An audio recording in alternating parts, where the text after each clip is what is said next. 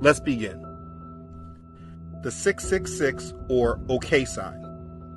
Now I think this symbol is the most irritating to me of all the symbols. Now don't get me wrong, they are all completely evil and satanic, but this symbol communicates so many different things while at the same time is used by so many people in different ways. Mind you, none of the ways that the majority of the trusting public sees it are true at all. They show it in many different ways. When I was a kid, it used to mean okay or A-OK. Now today, I rarely see people use it to display that. They use it for other meanings, like in the NBA, they say it means a three-pointer. Referees in the NFL use it for third down or other sports to represent the number 3. When in the past, people used to hold the number 3 up like this. Music entertainers are throwing up the sign, and they're not even saying what they're communicating when they throw this sign up a million times. Even Kappa Alpha Psi, a Greek letter organization, uses this as their hand symbol. Just like the Sigmas use the devil horn sign that I explained in part 1. By the way, there's no coincidence that these organizations are using satanic gestures, but that's another teaching and a topic on its own, which has to be done. Now, what many other people refer to this hand gesture as is the Hindu mudra gesture for spirituality. But it's very hard to explain that in depth without explaining these Eastern religions of spirituality. All I would say is that every belief that speaks of spirituality is in fact speaking about demons, and the practices they partake in is about channeling spirits. But the way that we see this hand gesture presented in most things is not in the form of Hindu, so I will leave that topic until we discuss yoga. The way that is used today in the majority is as the OK sign, or 666, or the approval of the divine king. The symbol has many different parts to it, but all of it has once again everything to do with Satanism, so it needs to be understood. As I said earlier, it's universally meant as a sign for OK, or everything is alright, A-OK. But for the illuminated ones, aka workers of Satan, their philosophy of that symbol is that it's a sign indicating approval of the divine king, their coming Lord of Light. If you watch Game of Thrones, that name Lord of Light should ring a bell.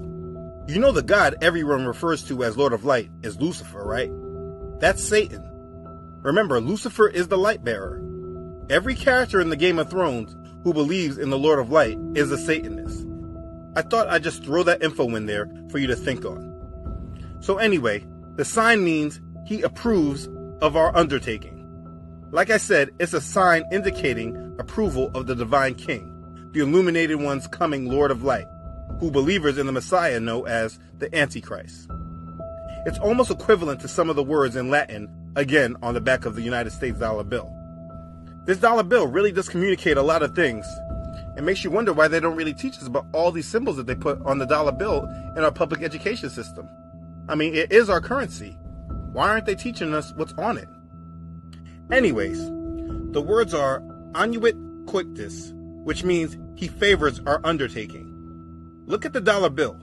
What is the symbol right under these words? This tells you who it is that favors the undertaking. You know the symbol well if you watch part 1 of the series.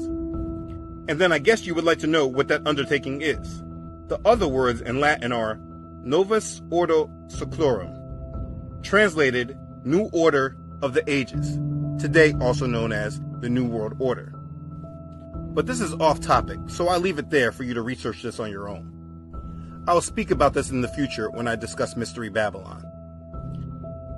But the real part of this symbol is how it's used in Satanism. In Satanism, when making the sign, the 3 fingers not used to make the circle are considered symbolic of the unholy trinity, the horn god, goddess, and offspring, Antichrist. It is also a representation of the beast, 666.